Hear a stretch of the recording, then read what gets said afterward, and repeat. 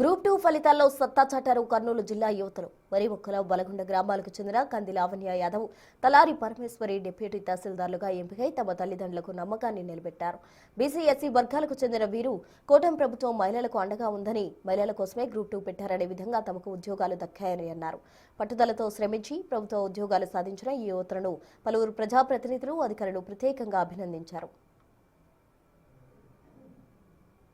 ప్రత్యేకంగా ఈ notification women's కోసం వచ్చిందని గవర్నమెంట్ ఆఫ్ ఏపీ డిక్లేర్ చేసి ఈ మెజారిటీ ఈ నోటిఫికేషన్లో జాబ్స్ అన్ని ఉమెన్కి వచ్చాయి. For that I feel very happy.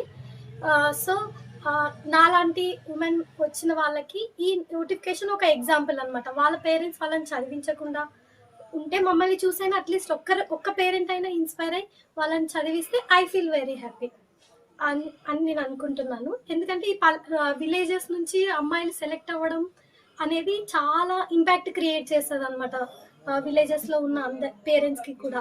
So అందరికీ నేను ఒకటే రిక్వెస్ట్ చేస్తాను, మీ పిల్లల్ని చదివించండి, వాళ్ళపైన నమ్మకం ఉంచండి. వాళ్ళ ఎడ్యుకేషన్ పైన నమ్మకం ఉంచితే ఆటోమేటిక్గా వాళ్ళ వాల్యూ సొసైటీలో పెరుగుతుందని చెప్తాను.